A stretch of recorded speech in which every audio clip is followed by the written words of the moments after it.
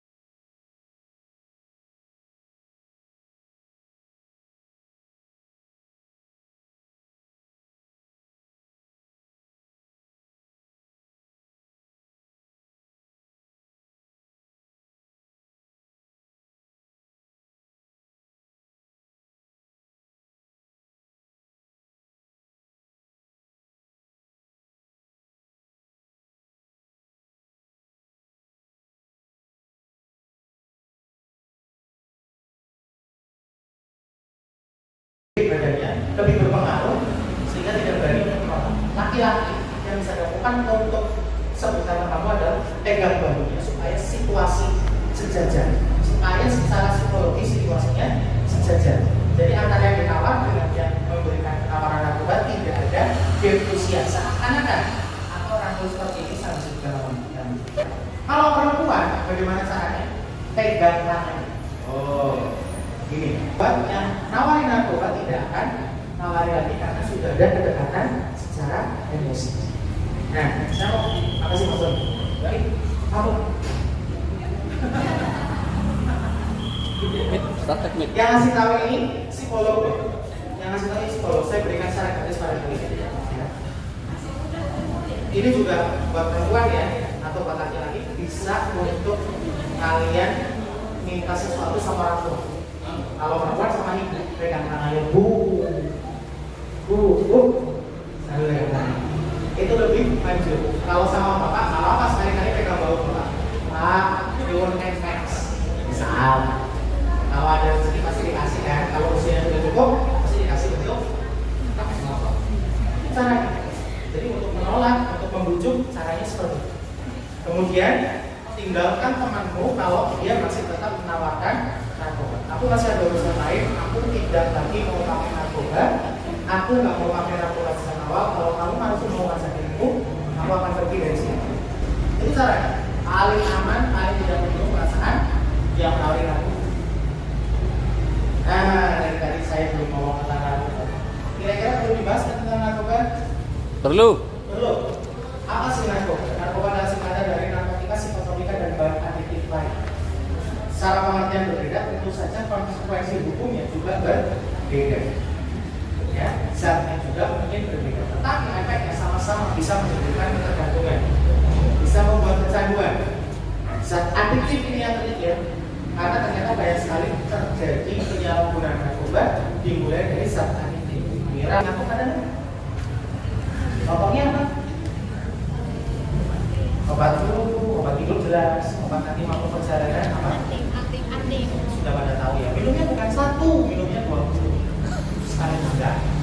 Itu biasa terjadi pertama kali saat tidur di sekolah. Kalau ada laki-laki duduknya barisan paling belakang atau bangun paling belakang, ketika dibangunkan matanya merah, sulit bangun, sulit konsentrasi, ya bisa saja sudah minum obat anti mabuk. Kenapa? Obat ada rasa kantuknya yang jelas dengan tujuan tertentu supaya lebih digunakan untuk relax. Kalau mabuk perjalanan supaya kalau mabuk ya udah dibikin kantuk aja. Kalau kalian dulu dibikin aja gak terasa kan? Apalagi cuma untuk mual. Kenapa obatku ada rasa kantuk? Untuk memudahkan kalian tidur. Karena kesembuhan orang yang kena flu adalah istirahat yang cukup dan makan makanan yang bergizi. Tapi bagaimana kalian bisa tidur yang cukup? Kalau sebentar mau tidur sudah bangun. Kalau miring ke kanan, hidung kanan masuk. Kalau miring kiri, hidung kiri masuk. Gak miring, dua-duanya masuk. Gampang apa sulit juga? Makanya dikasih obat. Karena kita matematika sederhana saja. Satu saset untuk tidur 8 jam. Atau satu pil untuk tidur 8 jam. Rasanya kayak lagi ini ya. Tahu-tahu kan? Minum jam 9 setelah makan. PR sudah dikerjakan. Bangun pagi jam 5. Rasanya badan lebih segar. Karena tidurnya cukup. Ya nggak? Contoh obat-obat cair yang saya sebutkan tadi yang bisa bikin aku tahu. Tahu nggak? Kalau di kota mungkin kurang bagiannya atau tidak umum. Tapi kalau di pedesaan ada namanya penyalahgunaan komik.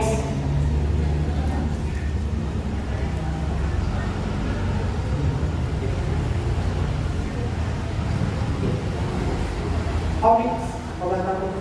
Minumnya 20 sampai 15 saset sekali. Ini banyak terjadi di kuburan. Jadi kalau zaman sekarang kuburan dibikin terang itu malah ternyata membuat orang-orang yang menyalahgunakan zat adiktif datang ke kuburan untuk mengumpulkan.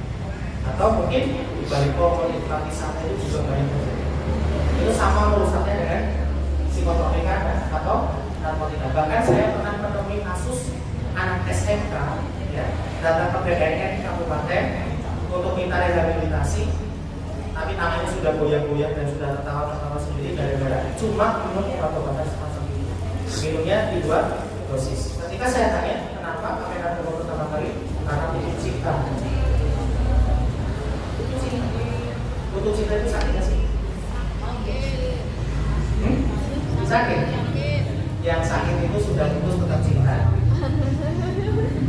Kalau nggak cinta lagi ya nggak sakit ya. Nah ini saya mau cerita tentang psikotropika dan narkotika. Narkotika bisa alami, bisa sintetis atau semi-sintetis, tapi biasanya digunakan di dunia kesehatan untuk obat bius. Karena efeknya bisa menghilangkan kesadaran atau menghilangkan rasa sakit. Ya. Kalau psikotropika biasanya dirasakan oleh dokter untuk mereka-mereka yang mengalami gangguan jiwa atau gangguan kecemasan. Yang kalau tidur suka insomnia, nggak bisa tidur. Saya mau cerita ya dari ya. Istri saya di kantor Radio Republik Indonesia itu punya temennya punya anak usia remaja. Anak laki-laki katanya nurut sama orang tuanya, tetapi karena memendam masalah akhirnya depresi, sulit tidur, minta resep ke dokter. Dosisnya adalah ketika kamu tidak bisa tidur malam ini boleh minum lagi, tetapi esok harinya. Dosisnya seperti itu. Tetapi si anak tidak sabar. Ketika minum, sekarang minum, gak tidur karena sudah tidak tidur 2 hari sebelumnya, minum lagi jam 2 pagi.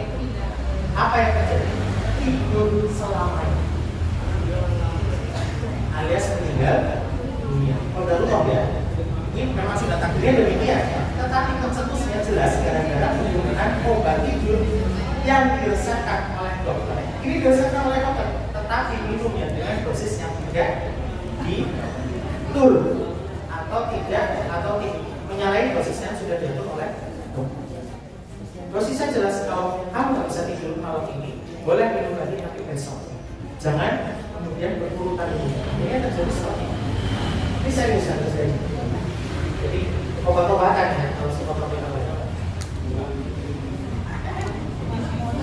Apa sih kecanduan? Kecanduan menghilangkan otak bersifat kronis sebagai suatu kabur. Orang yang sudah kecanduan narkoba seumur hidup akan berjuang untuk pulih dari kecanduan. Kalau dia kumpul lagi sama teman-temannya, bisa jadi dia pakai lagi karena teman-temannya juga masih pakai.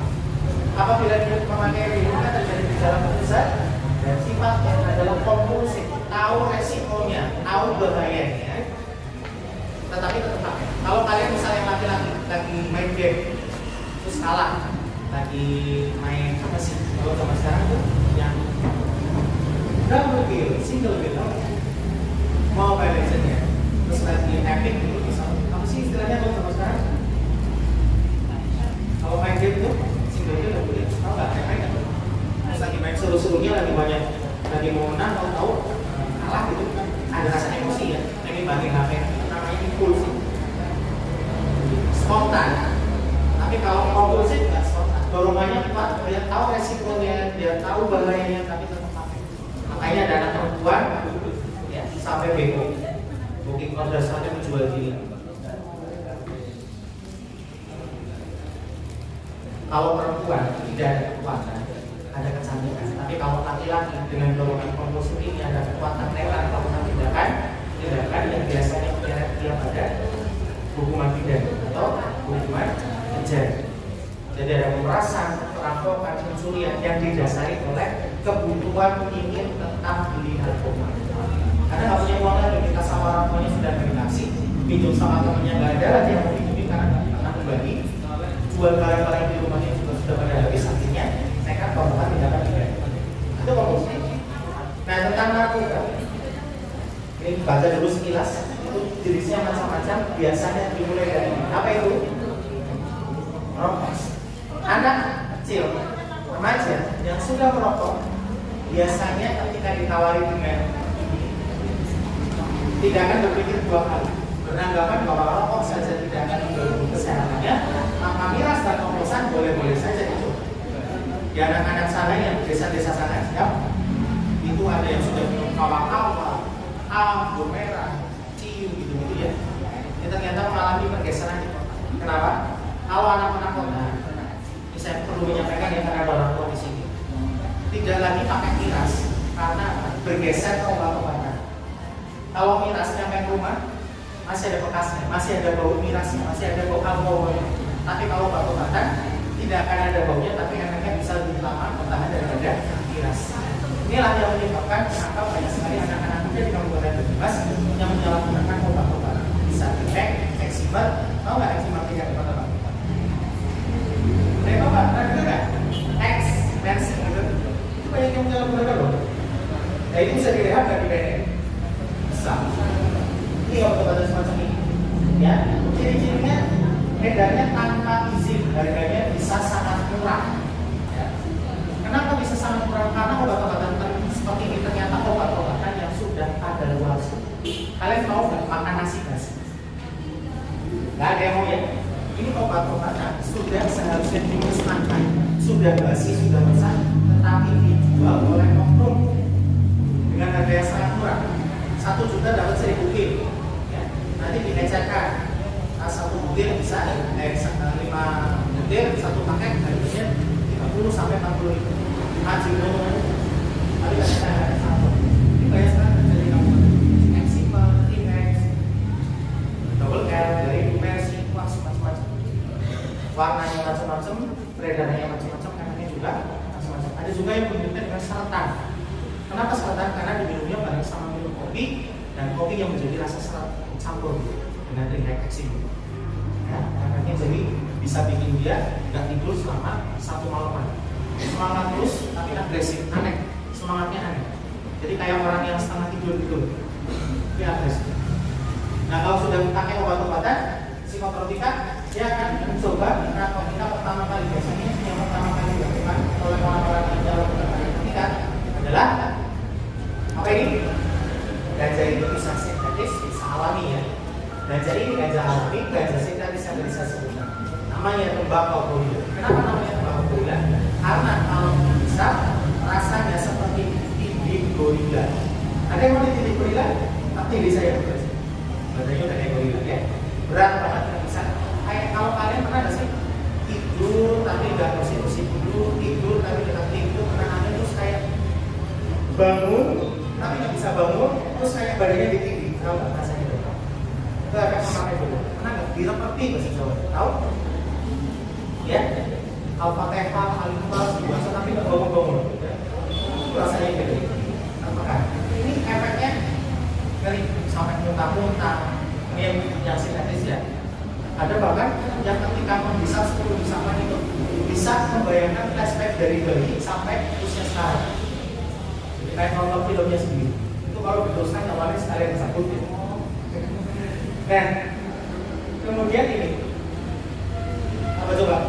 Ada yang tahu nggak? Ini banyak sekali di Kecamatan Batu Raden itu. Apa? Kristal met atau sabu-sabu. Selalu menggunakannya dengan alat batu namanya bom. Kami di PDN pernah menangkap bandar sabu-sabu di Kecamatan Batu Raden, tepatnya di Desa Kutaskai. Bandar itu kita sita asetnya nilainya 1,5 miliar. Saya sebagai PNS nggak mungkin punya duit segitu ya, nggak mungkin. Kecuali mungkin besok kalau ada istilah reinkarnasi ya di kehidupan nanti jadi PNS tadi sampai 3 kali mungkin belum punya ya, duit segitu. Tapi dengan jualin sabu-sabu ternyata bisa punya uang segitu. Kita sita asetnya, kita sita rumahnya supaya apa? Ketika keluar dari penjara dia tidak lagi jualan narkoba dengan modal yang dia miliki. Selalu menggunakan alat batu namanya bom. Bom itu bisa dibuat menggunakan alat batu berupa botol. Cirinya botol ini akan dilubangi 2. Satu menghadap mulut, satu menghadap kompor. Tapi jangan bayangkan kompor yang dipakai sama ibu kalian untuk masak. Kompornya adalah korek gas. Kalau coba di sini ada yang nonton, saya boleh mencoba koreknya. Kalau nggak ada, alhamdulillah. Nah, bagus. Terima kasih, Mas. Saya pinjam sebentar ya. Kompornya menggunakan korek gas ini. Ya. Tapi apinya dibuat kecil sehingga ciri-cirinya adalah besinya itu selalu dilepas. Jadi kalau kalian punya teman laki-laki pacar, ya, punya korek di bawah mana-mana tetapi besinya dilepas. Itu tujuannya untuk mengecilkan api sekecil-kecil. Kenapa? Kalau sabunya dibakar menggunakan api yang besar, dia akan gosong dan tidak sekitar. Makanya besinya dilepas, kuyatnya dikecilkan. Tapi sekecil-kecilnya, lebih kecil daripada ini dengan menggunakan cairan. Nah, dibakar pakai sedotannya masuk, kemudian nanti uangnya ya, dihisap lewat mulut. Jadi kalau kalian nemu botol yang ada lubangnya 2 di atas, ada sedotannya, tolong jangan sampai disentuh, apalagi dibawa pulang. Karena apa? Di dalam botol ini masih tersisa narkotika jenis 1. Barang siapa memiliki narkotika golongan 1, ada ancaman hukuman minimal 4 tahun penjara. Botol ini bisa menjadi alat bukti penyalahgunaan dan kepemilikan sabu-sabu. Paham? Jadi kalau kalian stay action mungkin pakai red door atau mungkin pakai aplikasi yang lain, di ranjangnya, kasurnya, di bawahnya ternyata sudah ada botol yang demikian, minta ganti kamar sisi. Berarti kamar itu sudah pernah dipakai untuk menyalahgunakan narkotika. Tolong kembalikan pada ciri-cirinya. Terus ini yang keren lagi di Kabupaten Banyumas, ekstasi, warnanya macam-macam, bentuknya macam-macam, polanya macam-macam, yang jelas rasanya lebih baik daripada obat biasa. Kalau obat biasa ada rasa asinnya, ada rasa kecutnya. Apa? Untuk menghilangkan mual atau mengurangi rasa mual ketika minum obat yang rasanya pahit. Tapi kalau ekstasi udah pahit-pahit banget. Harganya sangat mahal, 400.000 satu butir atau 600.000 satu butir. Efeknya bisa bikin orang dugem 2 hari 2 malam joget terus tanpa henti. Kalau kemahalan bisa diecer, namanya potongan-potongan. Jadi kalau kalian mendengar istilah sprempi, itu seperempat ya, menjauh ya. Sprempi, setengpi. Tapi kalau kalian sudah dengar ini, kemudian kalian beli telur ya, tidak bahasa gaul, di toko, di warung, beli telur sprempi. Nah nanti tiba-tiba pas siang-siang ada bakul bakso, datang ke rumah kalian bawa hati. Hati-hati menggunakan istilah ini, tapi ini perlu kalian ketahui. Sprempi, setengpi, ini eceran untuk ekstasi. Efeknya stimulan, bisa membuat orang bersemangat, tidak akan merasa lelah, tidak akan merasa lapar, tidak akan merasa haus 2 hari 2 malam. Makanya banyak artis yang pakai ekstasi dan sabu-sabu. Demi apa? Demi bisa tetap konsentrasi dan demi tetap lucu. Makanya biasa pakai adalah pelawak-pelawak, ya kan? Pelawak-pelawak sekolah juga pakai sabu-sabu semua ya, kecuali sekasan yang anggota kerajaan. Tapi yang lain kayak TSI atau segala macam pakai. Nunung pun yang gendut itu, yang kalau ketawa suka ngomong, dia pakai ekstasi sama juga. Makanya sampai direhabilitasi. Kenapa?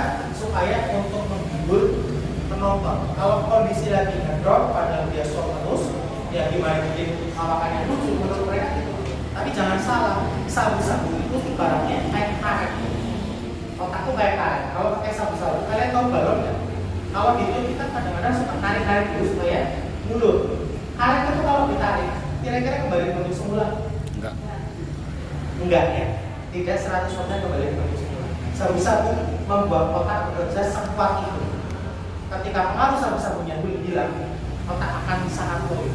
Sehingga ketika pengaruh dari sabu-sabu itu hilang, dia akan merasakan badannya seperti dilukin orang satu RT. Kalian pernah nggak sih kegiatan olahraga nggak lama olahraga gitu? Terus ketika olahraga badan itu sakit-sakit, ya sakit-sakitnya itu 100 kali lipat lebih sakit dari badan.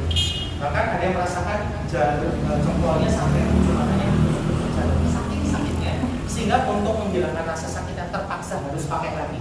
Ini yang membuat orang sulit berhenti dari kecanduan narkotika. Ada heroin, ada kokain, bisa disuntikan, bisa dihirup ya. Ini disuntikan, beresiko sekali terhadap penularan HPS. Mohon izin saya tidak sedikit boleh. Ancaman hukum untuk pengedar narkotika baru memiliki saja, baru menanam saja, baru memelihara saja. Mungkin untuk koleksi, untuk gaya-gayaan, ketahuan sama aparat akan ancaman hukuman 4 tahun 13 dengan pasal 111 atau 113. Kalau sudah berani menawarkan untuk dijual, untuk beli, ada transaksi di situ, maka bisa 5 tahun hingga pidana mati. Ya, hukumannya meningkat. Tidak ada barang bukti, maka disebut penyalahgunaan narkoba. Tertangkap, kita sebut positif, rehabilitasi.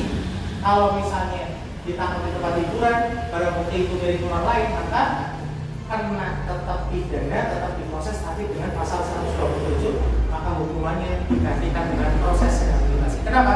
Karena penjara di Indonesia sudah overload pecandu narkoba. Di penjara manapun isinya adalah penyalahgunaan narkoba. Kalau tidak ditangani melalui rehabilitasi, tidak akan selesai. Karena di penjara bukannya pulih, tetapi malah keluar dari penjara jadi pengedar. Karena tahu ilmunya di dalam. Ketemu sama orang-orang yang lebih busuk daripada dia. Bagaimana caranya supaya bisa tetap dapat narkoba, hari malam jualan narkoba dengan jadi makanya di rehab. Nah ini yang menarik Bapak Ibu, orang tua wali pesantren yang belum cukup umur yang sengaja tidak melapor dan memberikan informasi yang salah kepada BNN atau kepada polisian bisa dihukum dengan ancaman maksimal penjara antara 6 bulan.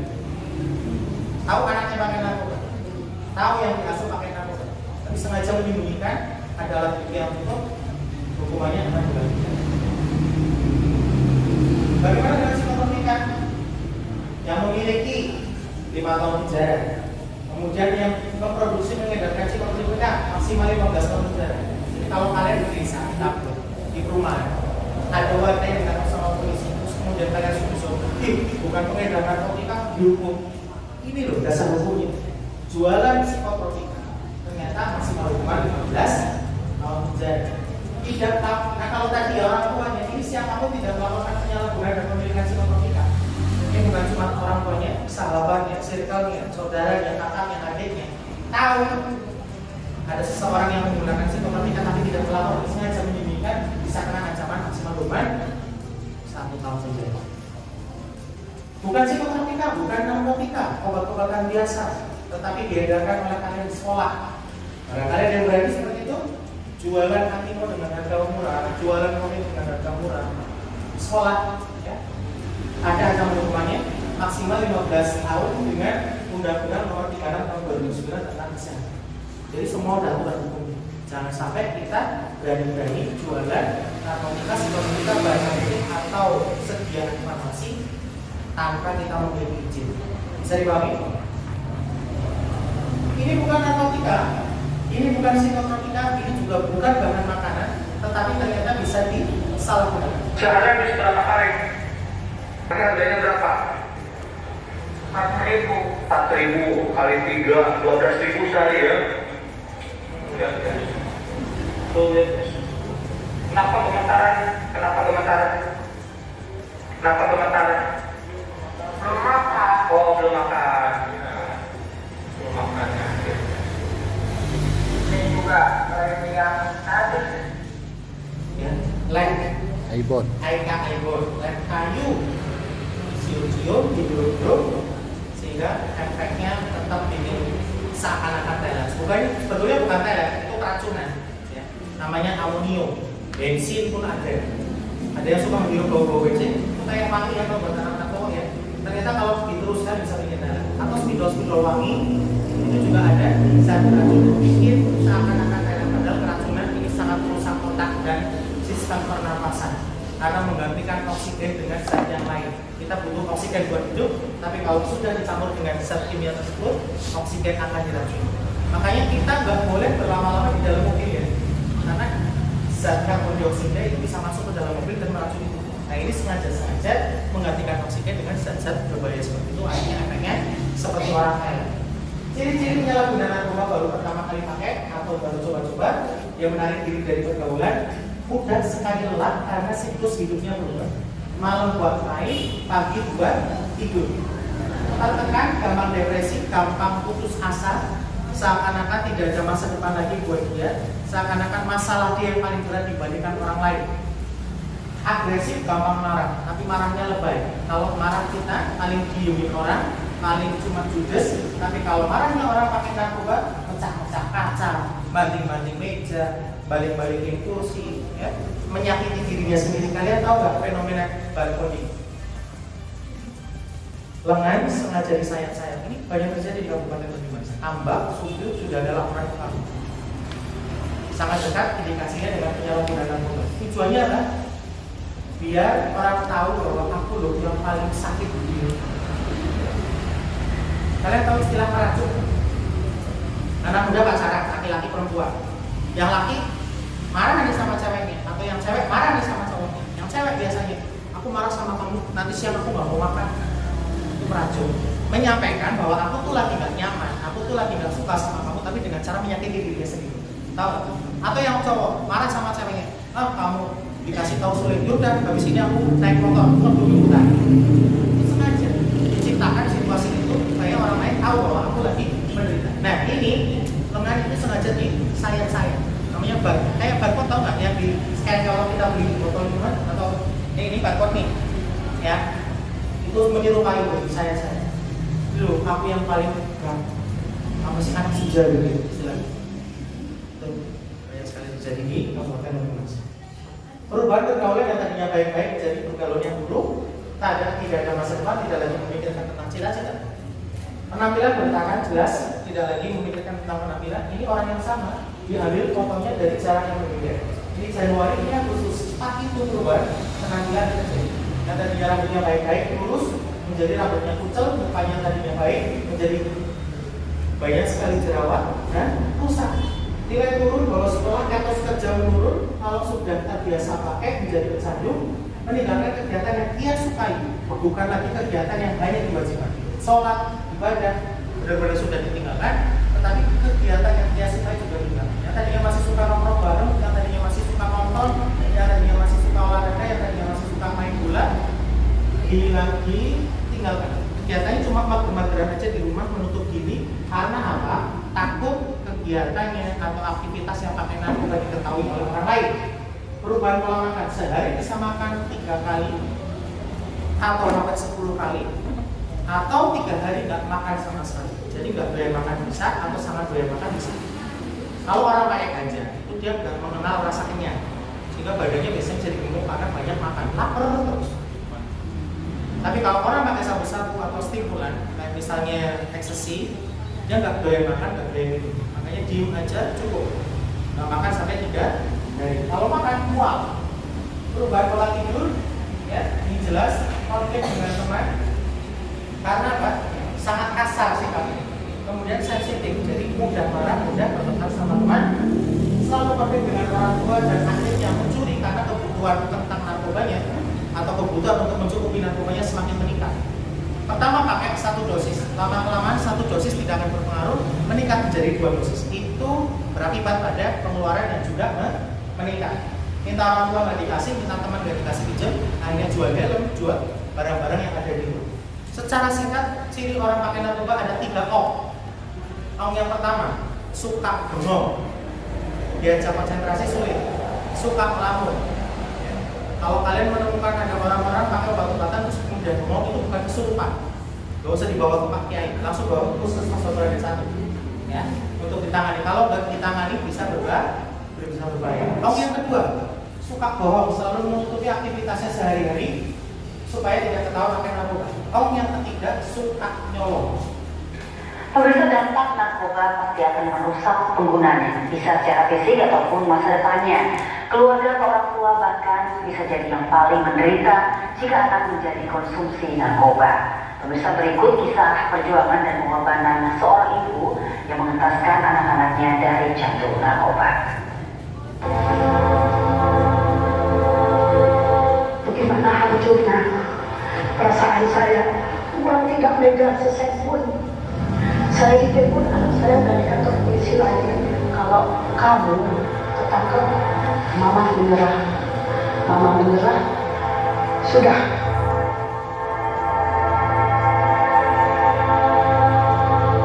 Saya punya anak 3 dan 3-tiganya anak saya itu terkena narkoba. Yang nomor 2 anak saya itu korban meninggal overdosis. Saya bekerja itu keluar batas. Saya tidak pernah ada di sampingnya. Anak saya itu menginjak masa remajanya itu mencari kehidupan masing-masing. Awalnya tahu itu barang-barang yang di dalam rumah mulai habis. Perhiasan saya, tabungan saya ada yang dijebol. Apapun yang bentuknya bisa menjadi uang itu dia jual. Saya lagi masak nasi, magic jarnya itu masih ada nasinya, hilang. Aman sangat hancur, Mas. Anak saya juga begitu itu tersiksa. Dia udah ulang-ulang ngomong, mama aku capek, aku pengen berhenti, tapi nggak bisa. Saya pun juga nggak paham, nggak ngerti. Saya ada informasi, bawa aja ke BNN untuk mengakses layanan rehabilitasi, bisa rehabilitasi rawat jalan, bisa rehabilitasi rawat inap.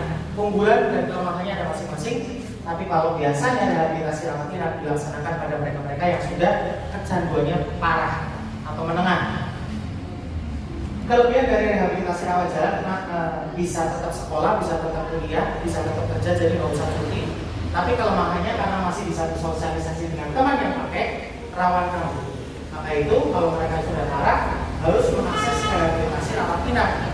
Di mana? Kalau di Kecamatan Banturaden ada namanya Beres Kakek Namsa Satria itu sekarang berganti nama jadi Seta Satria Banturaden. Ini untuk layanan rehabilitasi rawat inap. BNN punya nggak? Kalau di Kabupaten Banyumas belum. Kita akan antarkan ke paling dekat adalah di tempat rehabilitasi di Bogor.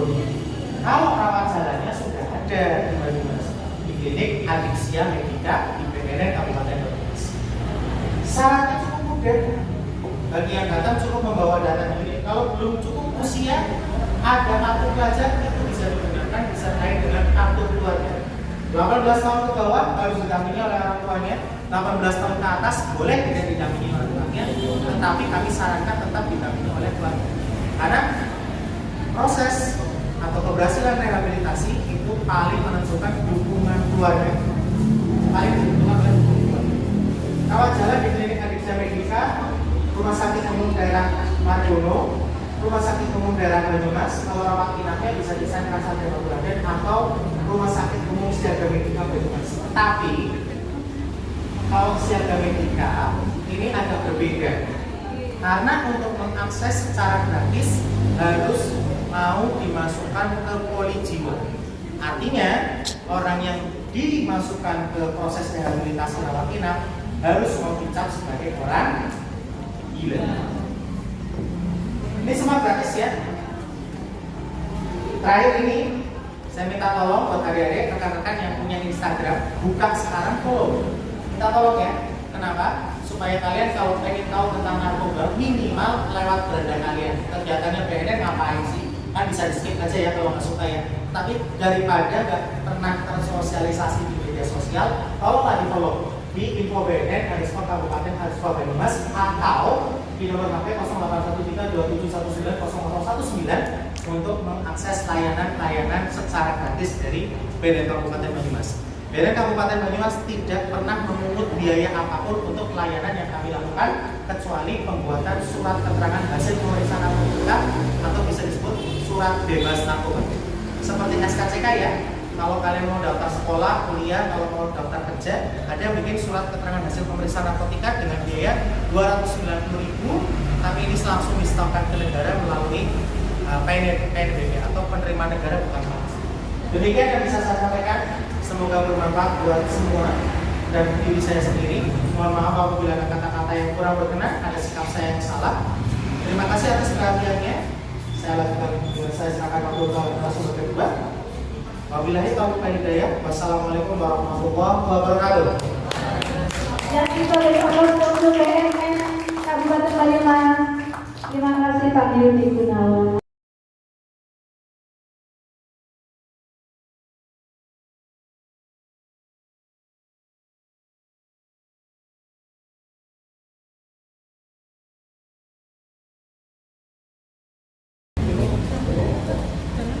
Assalamualaikum warahmatullahi wabarakatuh. Waalaikumsalam warahmatullahi wabarakatuh. Mas saya pengen tahu nih, kira-kira pikirannya udah dikasih di sini apa udah di rumah ya?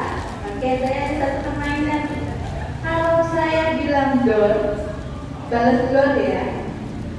Oke, paham? Kalau saya bilang dor, dijawab apa ya?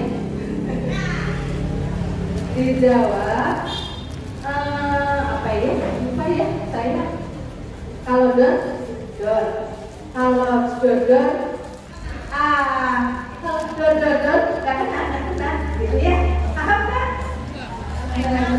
Kalau dor, kalau dor, Oke, saya mulai ya. Siap-siap nih. Masih di sini apa udah di rumah? Oke. Mulai. Dor. Oke. Dor. Oke. Dor.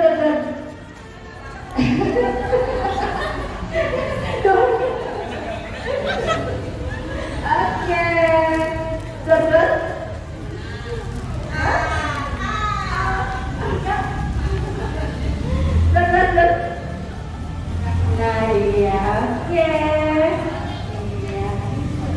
Sebelumnya tadi sudah sama Mbak Maria sudah diperkenalkan, nama saya siapa tadi ya?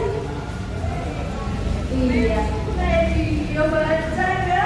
Oke, saya Narain Sujianintia, saya merawat di Puskesmas Batu Raden 1. Kebetulan saya memegang program kesehatan jiwa dan masa.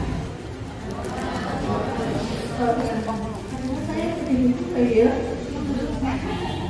Oke, iya saya di sini tidak mempermasalahkan tentang ODGJ ataupun orang dengan masalah jiwa. Saya akan membahas tentang nafsa.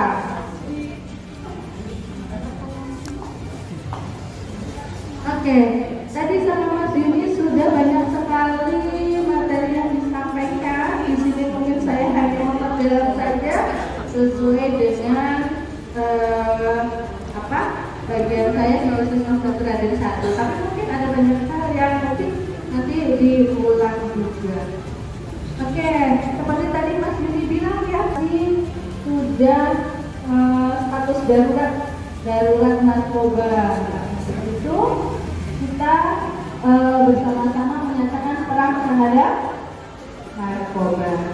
Apa ya biasanya istilahnya ya? Say? No drug. Oke, kirain saya ya. Oke.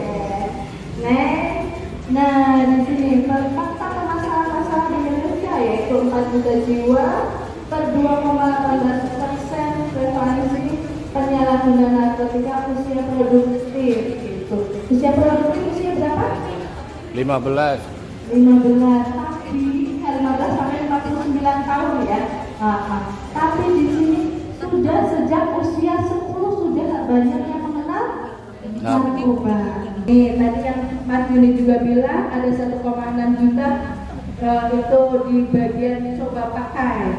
Nah terus yang 1,4 juta teratur pakai dan 943.000 pecandu narkoba. Nah jumlah penyalahgunaan narkoba itu di semua bagian ya, di semua bagian, bahkan ada yang tidak bekerja pun dia penyalahguna narkoba. Kira-kira apa sebabnya ya? Tidak bekerja, tidak punya uang, kok dia penyalahguna narkoba? Stres. Nah dapatnya dari mana? Tadi Mas Yuni sudah menyampaikan ya, bisa dari teman, bisa dari orang-orang terdekat. Nah yang selanjutnya nih, yang paling berbahaya nih, ada pelajar dan mahasiswa. Iya. Kami Puskesmas Batu Raden 1 setiap tahunnya itu rutin mengadakan screening. Kita kebetulan Puskesmas Batu Raden 1 mempunyai sekolah MTS dan SMA boarding school. Ya. Kalau ini sekolahnya pada di mana ini? Di Pulau Sari termasuk kota ya. Sekolahnya ke kota semua ya. Iya, itu. Nah, di situ kita bekerja sama dengan BNN. Biasanya BNN ada 30 sampel urin dan kita bekerja sama dengan guru juga untuk menyediakan sasarannya. Dan pasti kalinya 1-2 itu bisa terjaring 1-2 yang memakai. Walaupun cuma hanya pil, anggur gitu ya. Gitu. Terus yang selanjutnya yaitu pekerja swasta dan pemerintah, ini yang paling tinggi ada 50,34%. Nah itu pegawai-pegawai di instansi-instansi, ada yang bagi pemerintah, swasta dan lain-lain. Dan kami Puskesmas Batu Raden 1 kemarin juga mengadakan juga di balai desa, di sekolah-sekolah guru kayak gitu, semuanya sudah screening. Nah selanjutnya, kenapa sih remaja rentan terhadap nafsa dan narkoba? Kira-kira tahu nggak? Kenapa rentan? Kira-kira kenapa Mas? Coba Mas apa namanya? Salah pergaulan. Oke, salah pergaulan. Terus ada lagi?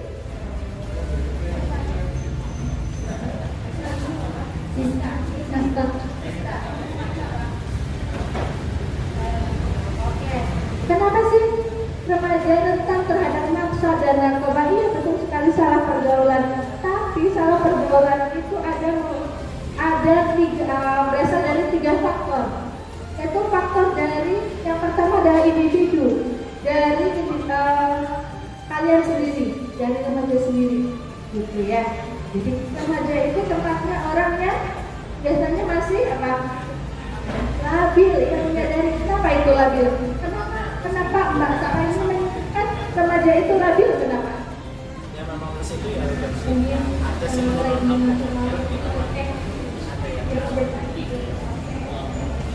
masa pubertas untuk anak cewek, masa-masa PMS-an gitu ya, gampang marah, gampang emosi, terus baper. Oke, betul sekali. Gampang remaja itu labil. Nah, labil itu gampang marah, gampang emosi, terus semuanya pokoknya apapun dirasakan, ya nggak? Ya, nah itu makanya. Dan karena labil itu gampang sekali dipengaruhi masalah sesuatu hal baik positif maupun negatif seperti itu. Terus faktor keluarga.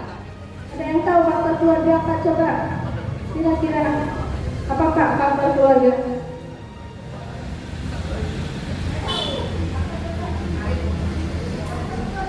Faktor keluarga kira-kira apa?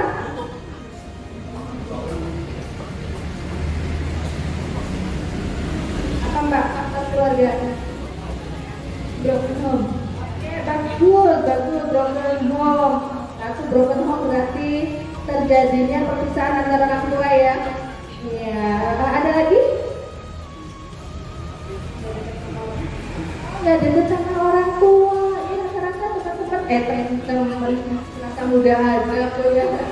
Ya, anak-anak remaja ini deket nggak sama orang tua? Dekat ya. Oh deket. Bisa dibilang dekat, bisa dibilang enggak gitu ya. Nah itu bisa jadi karena nggak dekat sama keluarga. Terus ada lagi, satu lagi ya, adanya pola asuh ya, adanya pola asuh di keluarga yang tidak mendukung. Seperti contohnya orang tuanya terlalu sibuk, terlalu memanjakan, terlalu keras. Nah itu. Jadi semua bisa menimbulkan banyak sekali yang terjadi pada remaja. Misalnya dimanjakan, apa-apa harus tercukupi kayak gitu. Jadi itu tentang sekali nanti kalau misalnya nggak tercukupi, akhirnya lari ke hal-hal yang negatif. Oke, untuk faktor lingkungan yaitu teman. Nah tadi ya yang Mas Juni bilang ya dari faktor teman. Nah, teman itu bahkan teman bisa menjadi paling besar yang berpotensi dalam diri kita untuk mengarah ke hal-hal yang negatif kayak gitu. Kalau menurut kamu lebih percaya orang tua apa teman? Orang tua, oke. Ada nggak sesuatu hal yang diceritakan orang tua tapi nggak diceritakan ke teman, terus ada yang diceritakan ke teman, nggak diceritakan ke orang tua? Ada nggak? Kalau misalnya satu yang diceritakan ke teman, tidak diceritakan ke orang tua, apa contohnya? Masalah percintaan, aku tak sekali loh, kan nggak bisa ngomong sama orang tua ya, sama orang tua nggak boleh pacaran. Kayak gitu ya, mungkin kayak gitu. Nah, di situ kalau misalnya satu contoh masalah percintaan, orang tua tahu kita suka sama ini, sama orang tua dilarang, tapi sama teman, itu cakep, udah sama itu aja. Kira-kira kamu milih yang mana? Rata-rata teman ya, iya rata-rata teman.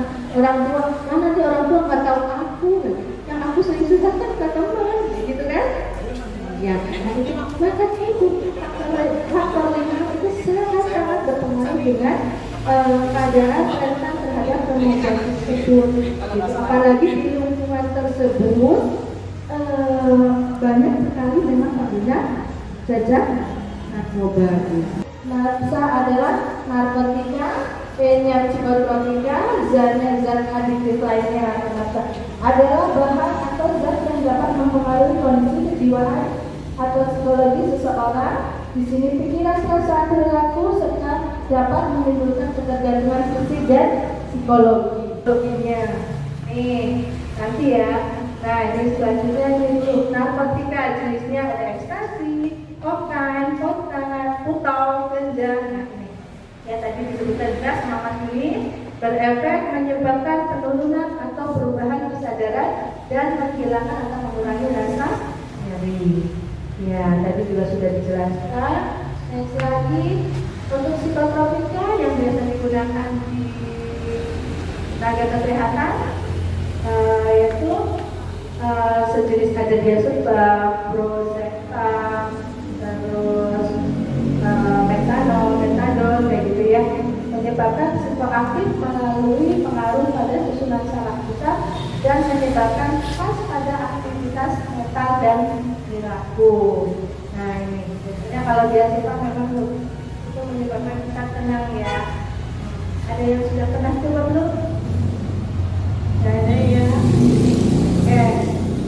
Terus zat adiktif nih, zat adiktif lainnya, rokok dan alkohol. Ini bukan termasuk narkotika atau psikotropika, namun ini berpengaruh pada kerja otak. Di sini yang merokok siapa ya tadi ya? Oke ya. Sehari berapa bungkus mas?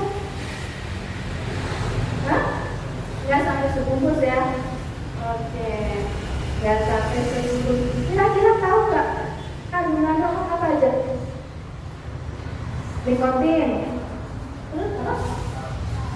Tar, ya. Oke. Terus? Nggak tahu lagi. Oke. Menurut kamu termasuk candu rokok bukan? Ya. Sehari nggak sampai sebungkus. Kira-kira berapa? Berapa bungkus? 6. Oke. 6. Kira-kira ada keinginan untuk berhenti merokok?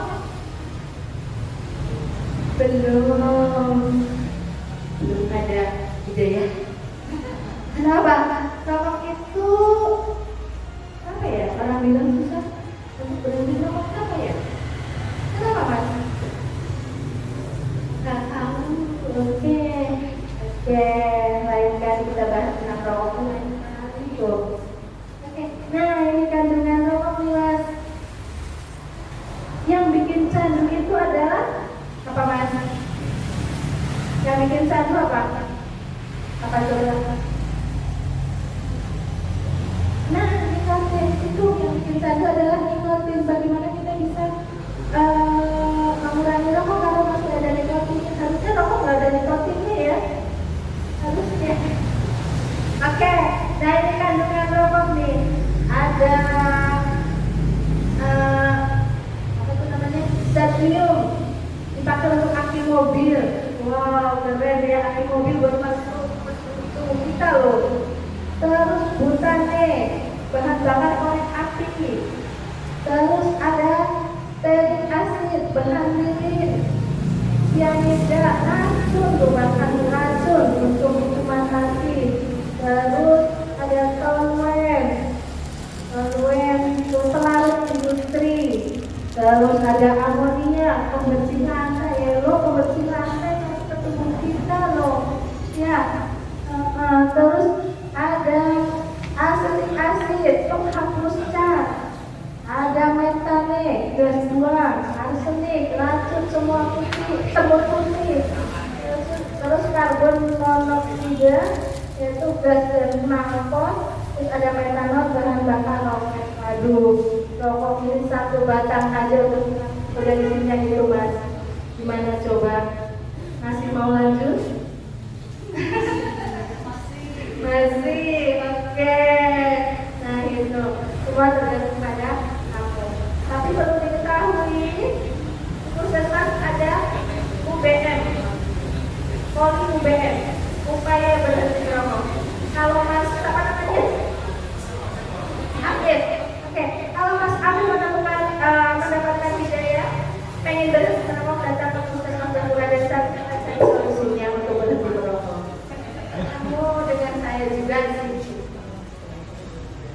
Terus nih penggolongan narkotika tadi ya, ada golongan 1 yaitu yang dilarang digunakan dalam pengobatan atau layanan kesehatan.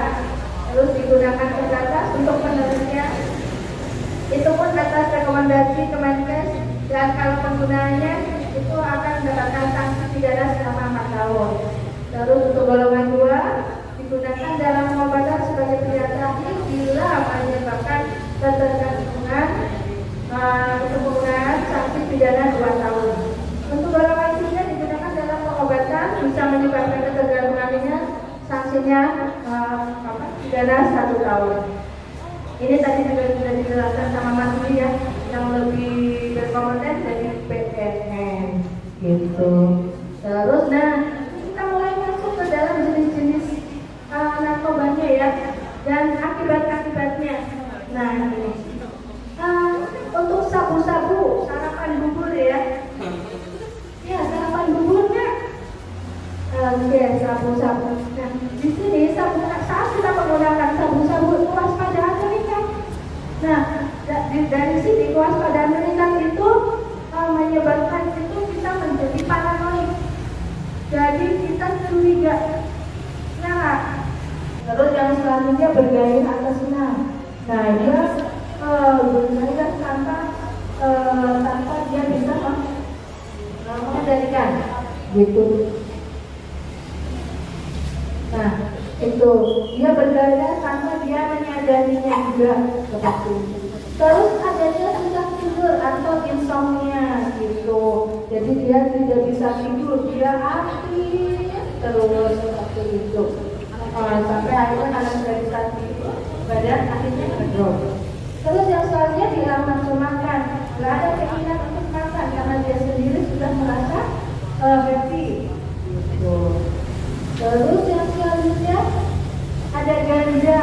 Nah di sini ganja akan menimbulkan cemas atau panik. Terus acuh terhadap hitungan. Terus di sini adanya motivasi rendah.